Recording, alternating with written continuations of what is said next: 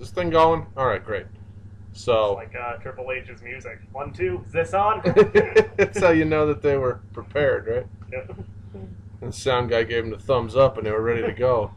Speaking of ready to go, my name is John, and I'm live from my mother's basement. And this is a continuation of a series about Dan and John's epic rasslin adventures. So The last of which we did over a year ago. So we're catching up. yeah, You know, we're good at procrastinating. We're gonna form a club to take on that responsibility and try to get others to stop procrastinating. But we're gonna do that tomorrow. yeah. I was gonna say we'll do that later. We'll do that later. So this is my buddy Dan at dantalksrasslin. Yo, Follow his ass on the Twitter machine, because you can follow the rest of him too. But he talks wrestling, and that's what we do. We like wrestling. We gone to a couple of different shows here since last year, and the most recent of which was in Ballston Spa, New York. Little private indie show, decent enough. I'd also like to add that in addition to going to the more local and I guess just overall smaller shows, we also gave the Ring of Honor pay-per-view a shot, the best in the world, and I was pleasantly surprised because I walked in there knowing not what to expect. So our wrestling experiences have been, I'd say, on the positive on the whole, right? yeah. So you want me to at some point go through the just quick list of what we've been to? Yeah, We've do actually been that. to a bunch since I think the last one we did one of these audios on was FWE Welcome to the Rumble in June of last year. So since then, House of Hardcore 3, Mid-Hudson Civic Center, November 9th, 2013. We've got FWE Openweight Grand Prix, second round, Elmore Center down in Queens. That was a good one. Yep, that was December 7th of last year. TNA One Night Only, hashtag Old School, also at the Mid-Hudson, December 30th. In Your Face Wrestling, Memories, Moments, and Mayhem Convention and Show, March 15th this year. House of Hardcore 4, June 6th of this year, and most recently, In Your Face Wrestling, Coronation Cup 2014, up in Ballston Spa. That was the 28th of June. Yeah, 6th is June. 6 is June. Yes. See, when you're not going to school anymore and writing it all the time, or paying your fucking bills with a check, you forget these things. I'm just like you. I was still writing 2013 up until recently, so that's a lot of different shows to have gone to within the last year. I didn't even realize it was that many. I knew that we hit up House of Hardcore a couple of times, but I didn't realize we went to the FWE as many as we did. Yeah. Well, I So mean, that's twice. awesome. Yeah. Still. So I don't even know where to start with this, but I guess I could start with most recent memory. And if you want to talk about how the WWE feels like a lesson in stagnation, getting out and going to these little or smaller promotion shows, and even going to the TNA old school thing, it's a totally different crowd. It's a different crowd than you would see on the television programming. It's a different crowd than you get when you go even to like a bigger show or a television taping necessarily. It's a lot more fan interactive, the ones that we had gone to, and I recommend them to anybody that's getting burnt out with mainstream wrestling. One of the things I can say is that I both like and dislike about the last show that we went to, the In Your Face Wrestling, was that during the so-called intermission, they always seem to bring out two opposing either factions or tag teams or whatever that main event match seems like it's going to be, and they have them kind of cut a promo against each other and I guess hype it up while you're either eating your popcorn or standing in line to pee. And that brings a little something to it, which is nice. It gets you more invested in it.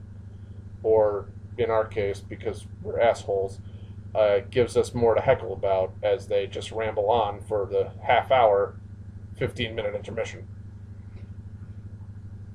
So what's something that you remember from the last show we went to? Well, I guess I can't add a whole lot more about that one past what you said. Well, actually, I guess I can. I thought they actually did a good job putting together, a pretty decent show overall. Because unlike the convention that they do in March, they were working without any big names like the convention one that we went to in March. They had Tommy Dreamer and Rhino and Just Incredible as like guests for the main event. They were on opposing sides of the 6-man elimination match. They also had Kenny Dykstra as a guest star as well. I bought his book. I bought his book about bullying. It was awesome. And, for this one, they were working without any of the big names. They just had their own guys. And even a few of their own guys were on the shelf, injured, or just weren't booked for whatever reason. So it was kind of neat to see what they did, totally on their own, without relying on any big name guest stars. The fact that this tiny little promotion that runs out of where do they run out of when they're not in Boston Spa? Do you remember? It's like Waynesburg or something. The last few shows they did not in Boston Spa were there. Do you know where the hell Dwaynesburg is? Because I'm thinking it's out near Binghamton, but I don't even know. I couldn't tell you offhand. I think it's still north of here, but I very well could be wrong on that too. All right. So if anybody has a map, you guys figure that shit out. Google it. Do whatever you got to do. We're just talking wrestling. We don't actually geographically located. That's if we got paid for this, we might do some homework. But it's just two guys in my mother's basement eating Cheetos, talking about wrestling. Relax. For the record, we're actually in my living room, and there are no Cheetos. Maybe there should be Cheetos. There's no basement and there's no Cheeto. This isn't even a legit show anymore, Dan. You just blew our cover. I'm gonna get hate email. You blew it all. Oh, I do remember. There is no bathroom. It is not a tumor.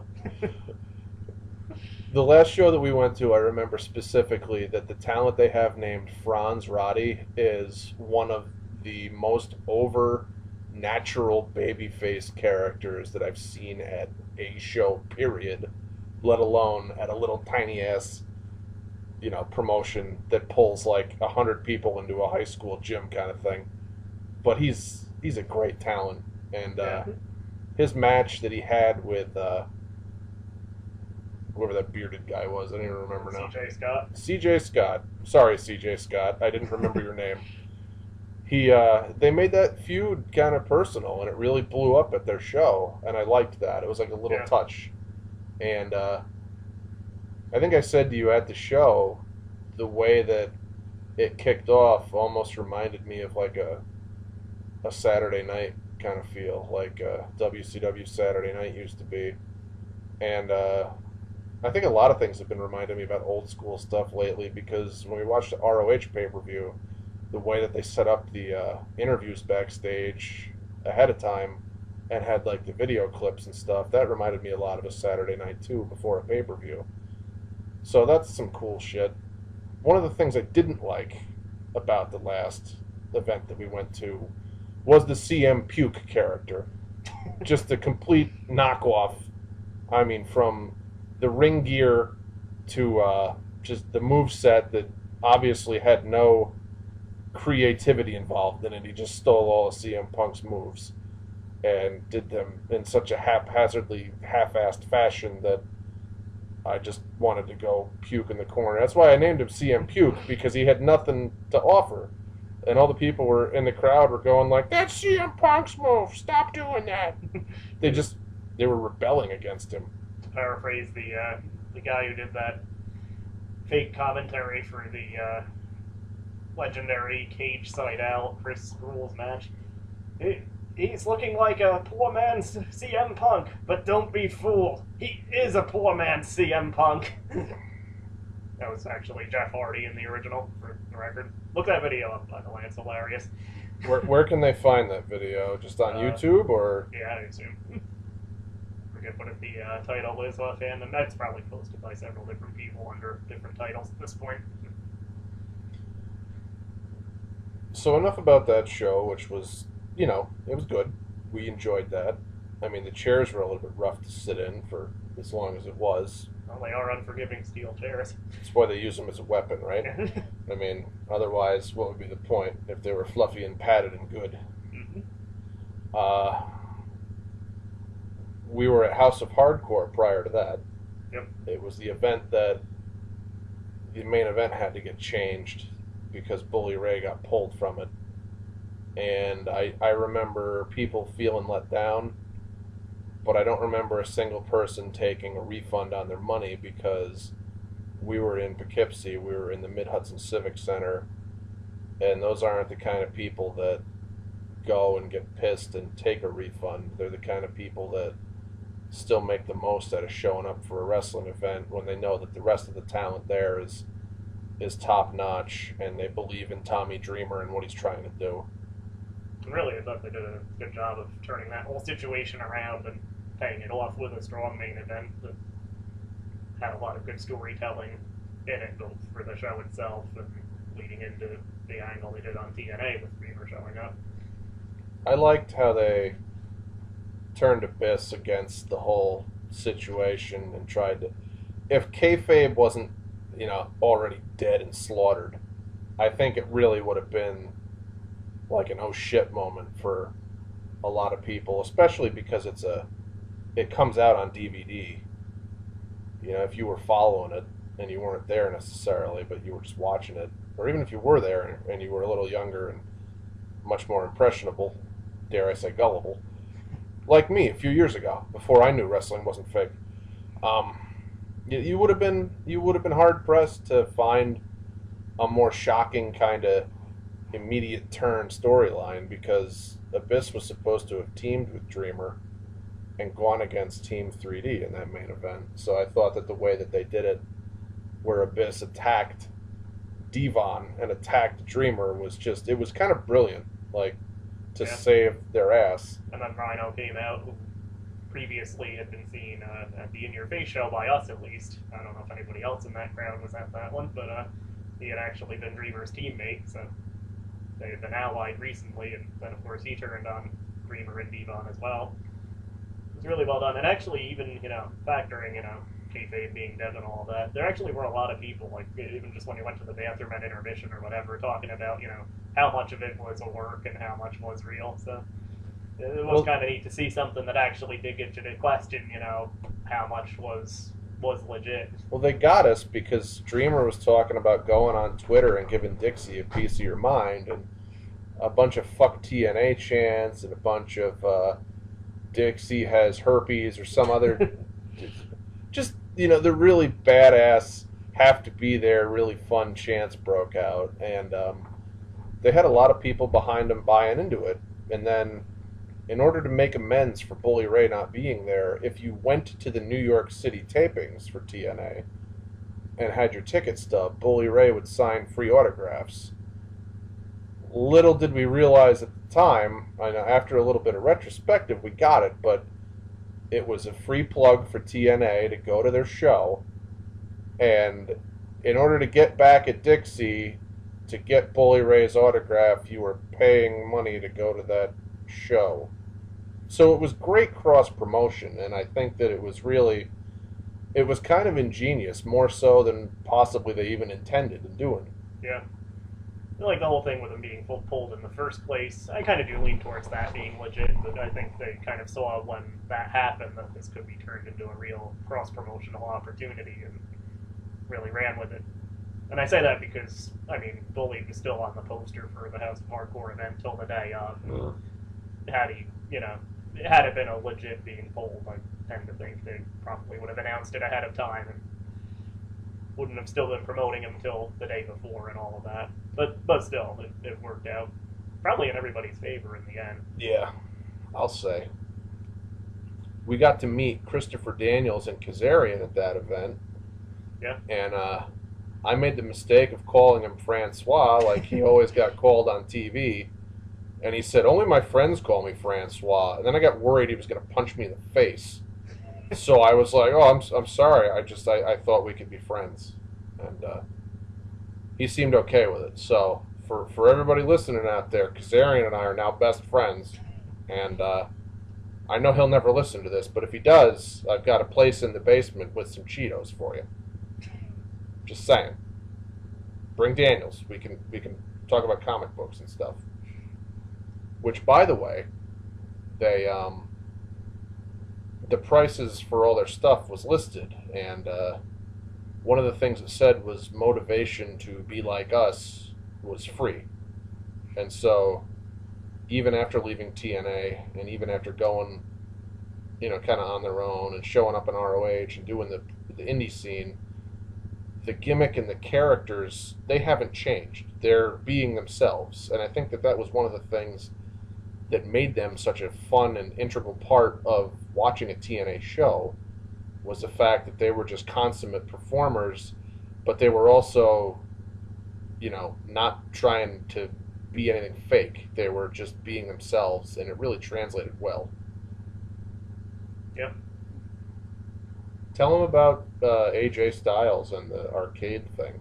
Oh yeah, they had a couple of people set up in the ring to do autographs and pictures, and AJ Styles was one of them. On the way in, of course, appropriately wearing my Shockmaster shirt, I managed to almost trip over the ring rope and fall into the ring, but be that as it may. I got his autograph and picture and stuff. I told him I've been following him since WCW, which is true. If you remember his tag team Air Raid with Air Paris. I miss Air Paris. Whatever did happen to him. Anyway, he seemed like genuinely shocked to hear that somebody had been following him that long. That was pretty cool. And we got my picture taken with him and all of that. And I have on my iPhone, I have the case on it that looks like an old school Game Boy, and he saw that when I got the picture taken, and he's just like, "Oh man, I love that!" And then I get to talking to him like for 5-6 minutes just about old video games, and he's telling me he bought a PlayChoice 10, the Nintendo arcade stand-up cabinet. And it was a pretty cool experience. I mean, it's the kind of conversation I've had a million times with different people in real life, but you don't really expect to have that conversation with a current world champion. So, Didn't cool stuff. we brought up like the different types of arcade cabinets, the ones that came with like the steering wheel for the racing games Oh, and yeah. shit, and he's really into that too. Yeah. Like, Road Blasters was my game, the one I still intend to buy someday. But do you remember which one he said he was jonesing for? Because I remember he said a particular name, and I can't remember it now. Yeah, I kind of forget now. I might think of it later. If we do, we'll let you know what the hell it was. But he was just really like not anything like you would think, with the whole get up and the hard ass approach and his hair done in that emo kind of way. He's nothing like what it's showing to be. He's just a typical dude that likes his video games. So that was cool. And the House of Hardcore show was just off the wall and really fun anyway, like all of them have been. So yeah, I mean, it's never a bad time to go down to Poughkeepsie to the Mid-Hudson and see a show. It's just the crowd really brings everything to life, and they thrive off of that. But enough about House of Hardcore. Let's talk about another show real quick. All right. What do you want? I don't know what the hell else was there. The FWE or the other? Yeah, there's that one. There's the other House of Hardcore, the TNA one. So let's talk about the TNA old school for a minute, all right. Because I remember seeing. Now I'm gonna get it wrong because I just started talking about it.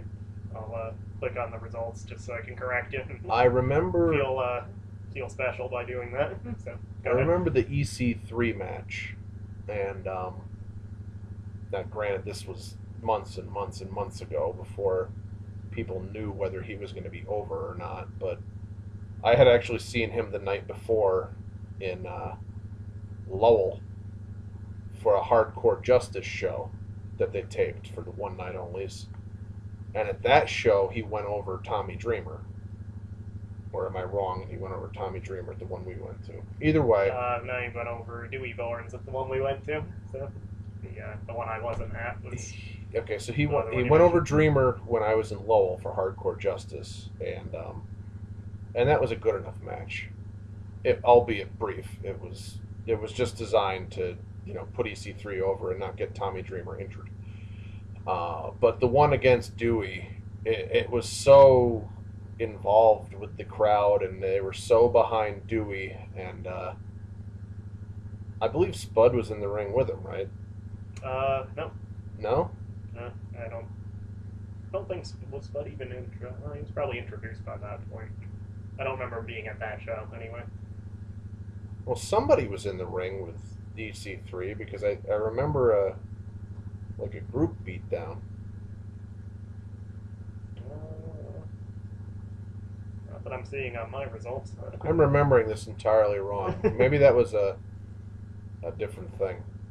But oh, you know what that was? That was the night before they were Okay. they called him out. The same guy, mind you, and it was against the Bromans, and they were like making fun of him for wanting to be a wrestler. I'm sorry about that. I got that wrong. I apologize.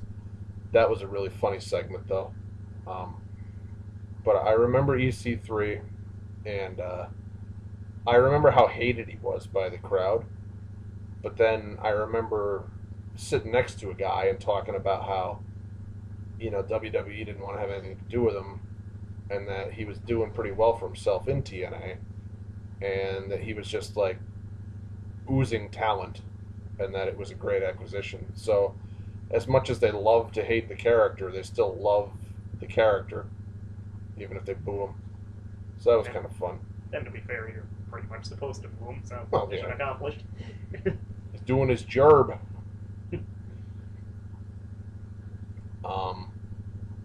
Part of going to the smaller promotion shows, even if it's an FWE, is just the atmosphere and the ambiance of taking the train all the way down to the city. Yep. And knowing that you're going to have the big meet and greet ahead of time. And I remember getting Eric Young and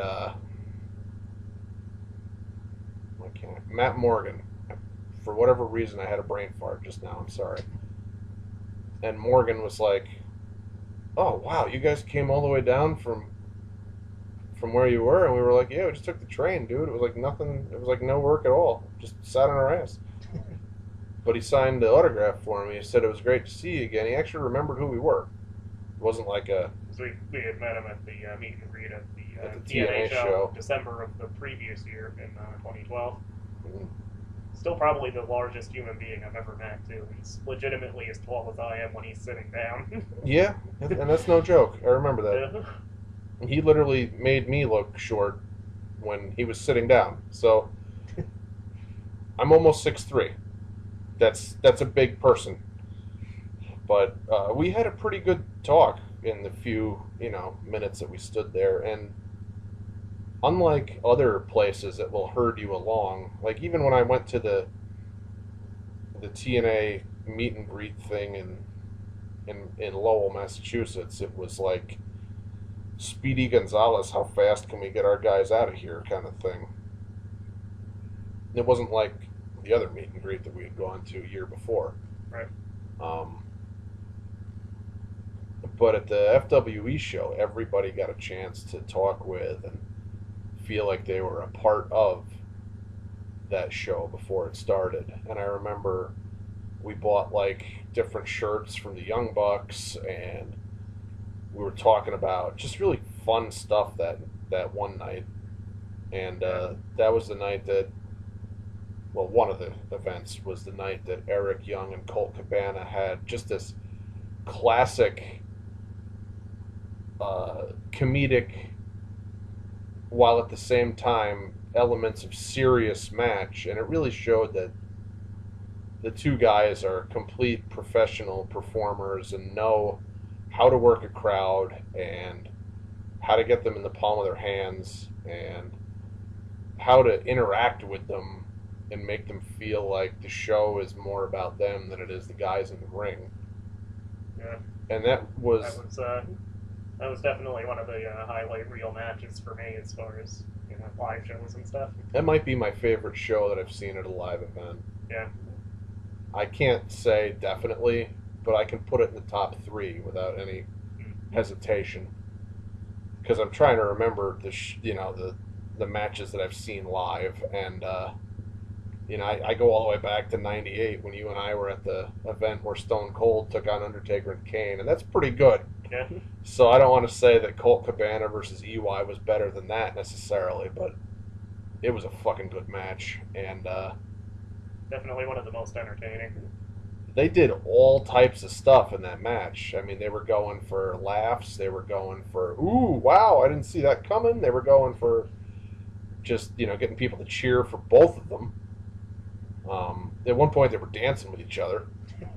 And then I think they did the thing where the ref was pinning somebody and they were counting. And it was chaos, but it was organized too. And this was, by the way, Eric Young's episode of Art of Wrestling. They actually recorded the afternoon before they did that match, and they actually talked about how they didn't actually have a plan going in, that it was all off the cuff, call it in the ring. And I mean, certainly another testament to, what professionals these guys really are.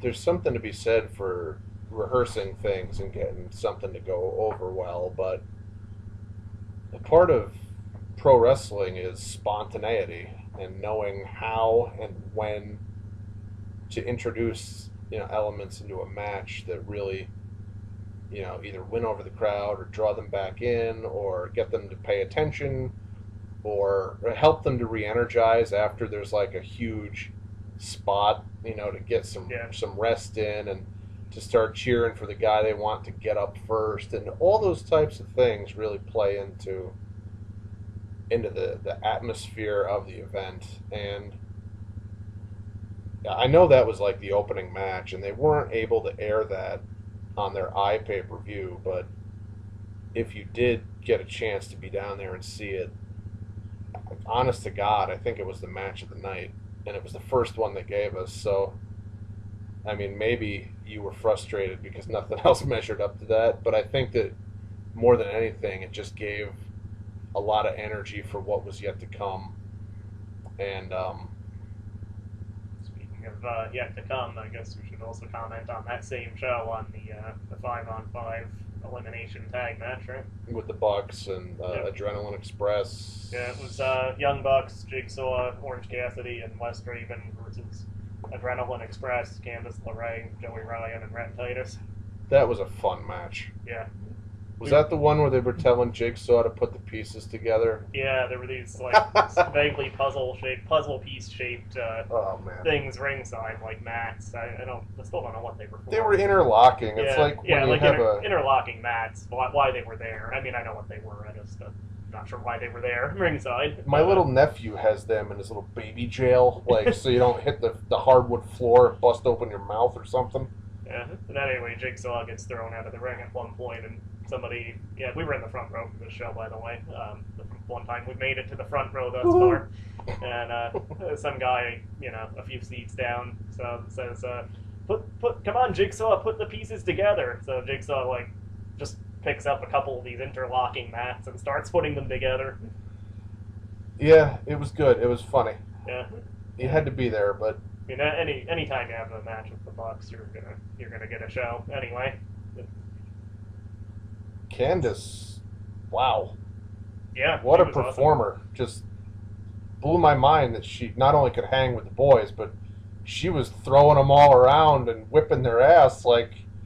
Yeah. I mean, I haven't seen a chick get in there and just dominate since China. I mean, there's talented women and everything, but they haven't been in a position to really rule the ring like that, I don't think, since I've seen China wrestle. And it's a shame because, even with the match that we've seen between Gail Kim and Taryn, that was a hell of a match, but there weren't any men in there to really, kick out of the ring and display that they were the top dogs. The match spoke for itself, mind you.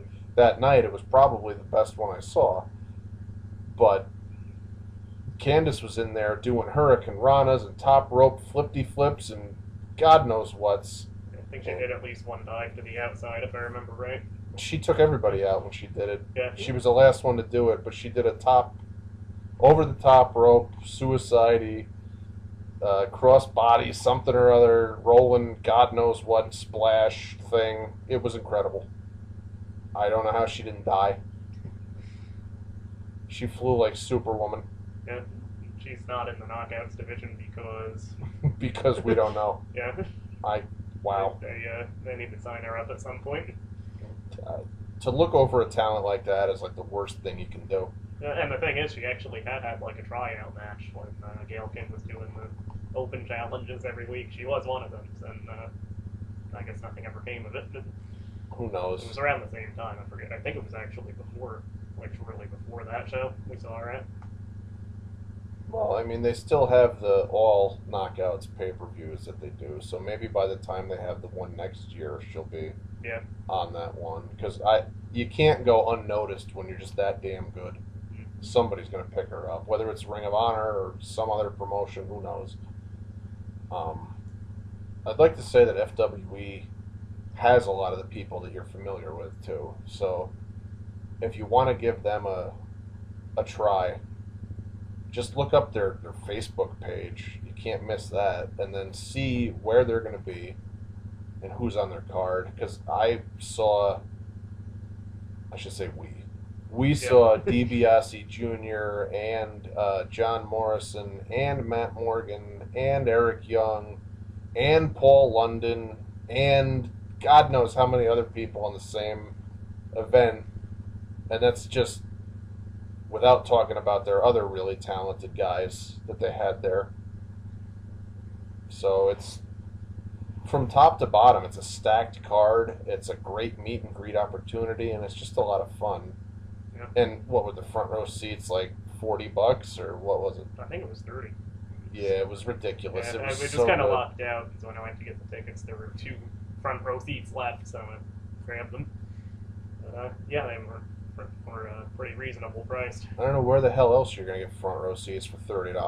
Yeah. You can't even get baseball tickets for less than $50, so, I mean, if you go to a WWE show, it costs you $45 just to get in the door, and you're up on, like, the 3rd deck, so good luck seeing anything. Yeah. It's just like,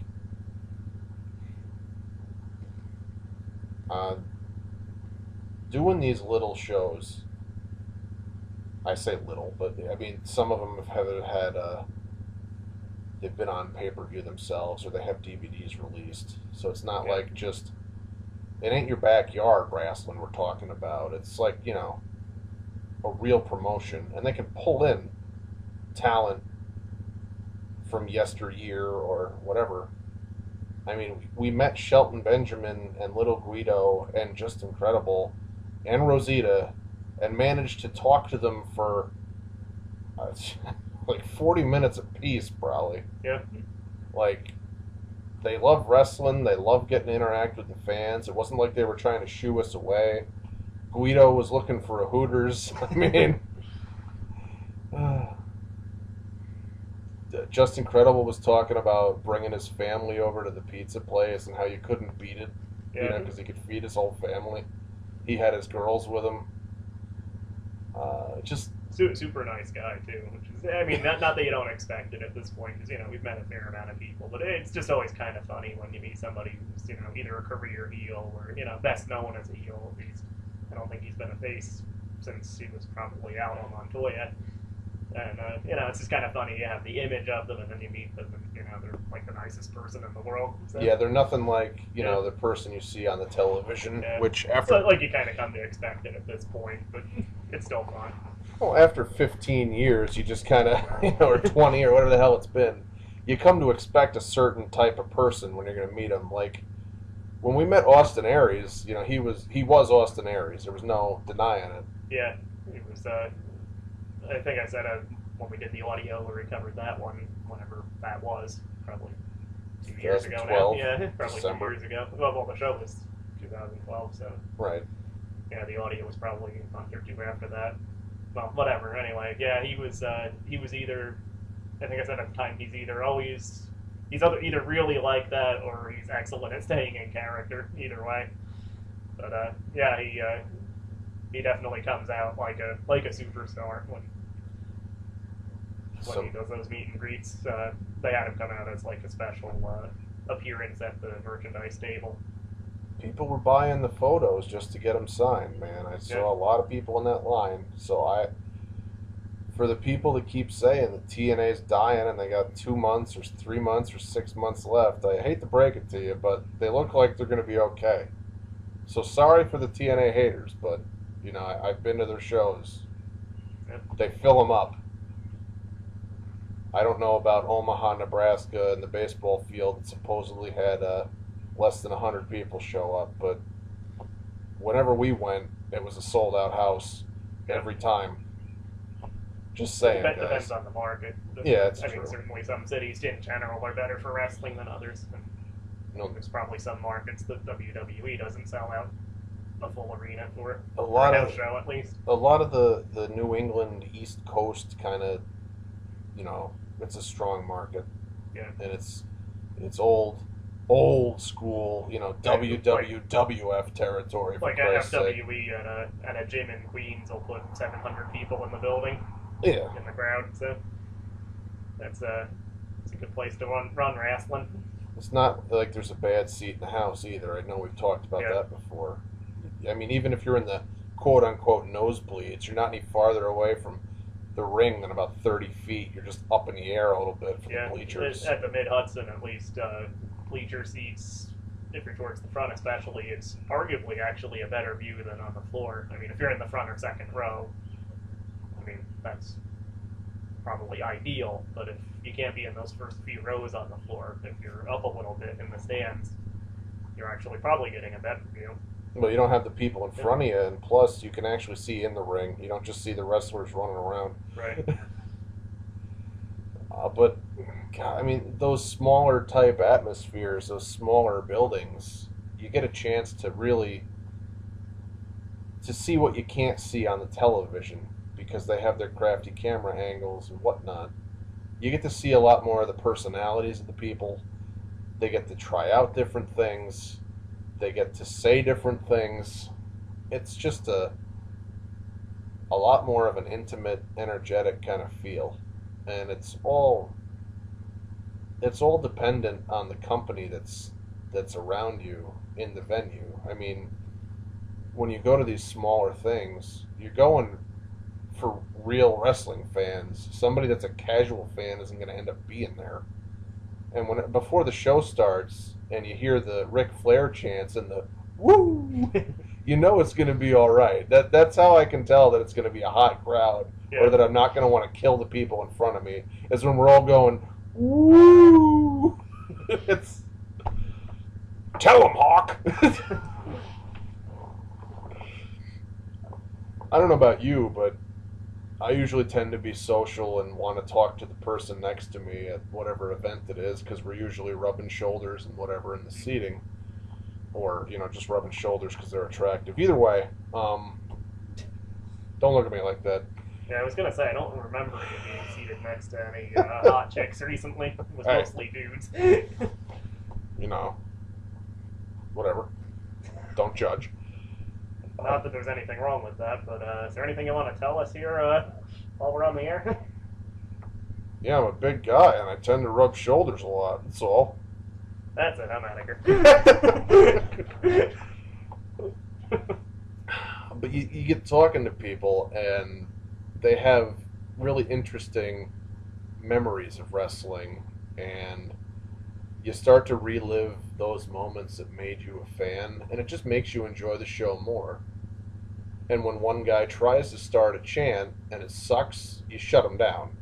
But when one guy, starts a chant, like I did at the FWE show, when the fucking ref is in the ring and he's trying to throw the goodies out and he accidentally throws the microphone into the crowd. That was a classic. Oh my God. And then a big, enormous "you fucked up" chant erupts. That was me. I started that. I can take credit for that. You can hear it on the, the iPay-per-view or the DVD or whatever. it's fun, you know. People support what you're trying to do, and it's a fun crowd. And I can't say that watching a televised show every week has that same type of energy. So I guess on that note, maybe a good closer would be maybe to take a look at the list I did on my blog a while ago, dantalksrasslin.livejournal.com, of the top 5 live crowd chants that There we we've go. actually experienced. So do you remember what I listed? I'll call it up. Not all of them, but I do know that his wife's ugly ranked up there, huh? Yep. Yeah.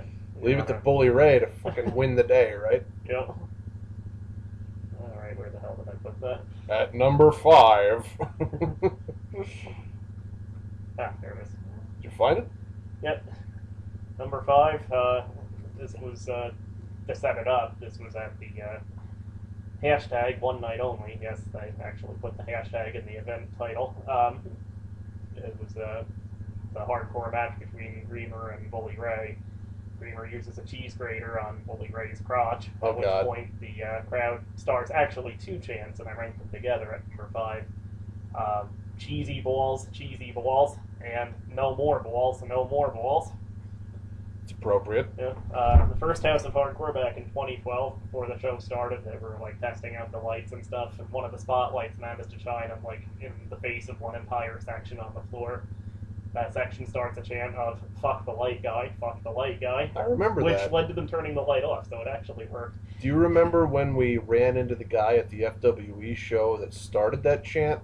Yes. We did. we ended up sitting next to him, and when he said, "Yeah, they shined a spotlight in our face," I went, "Dude, I remember that." That was a fun night. Yeah.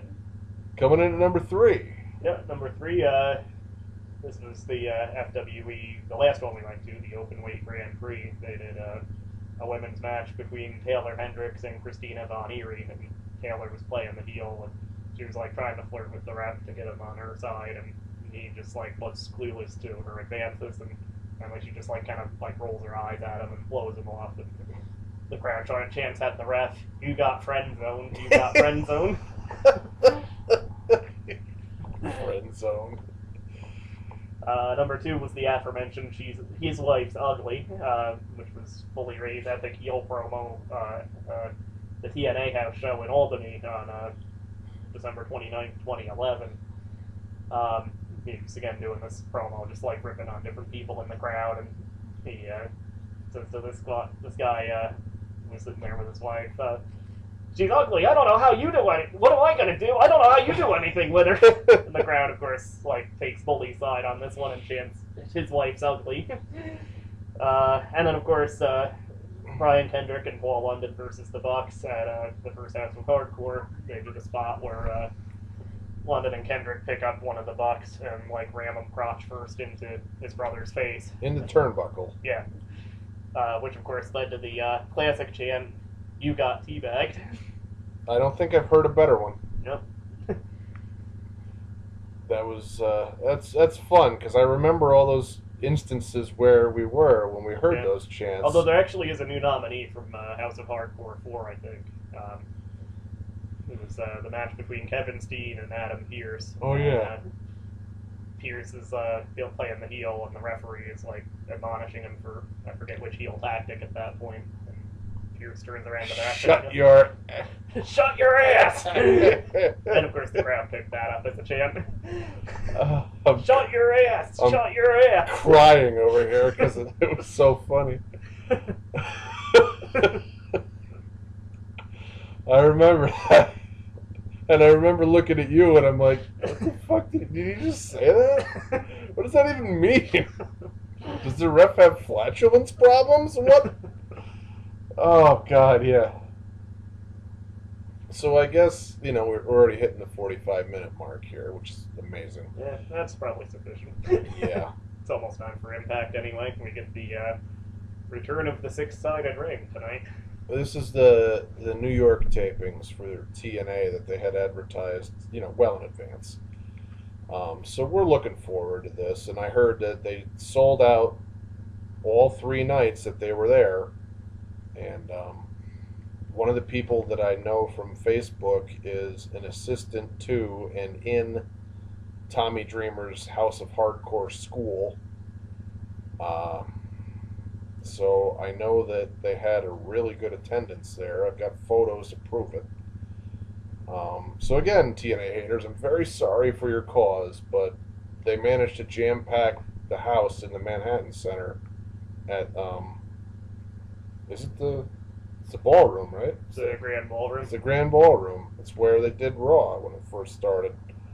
Yep. So they pulled a good crowd, and I think that the energy is going to show tonight. So I'm looking forward to that with you here, Dan. And Just to me, just over the past few weeks, because I try not to read spoilers, but that seems to me like the creative direction they've had has been kind of slowly but surely starting to improve over the past maybe month or so too. So hopefully that'll continue, and these New York shows will hopefully be a good start to the next new era, or whatever they're calling it.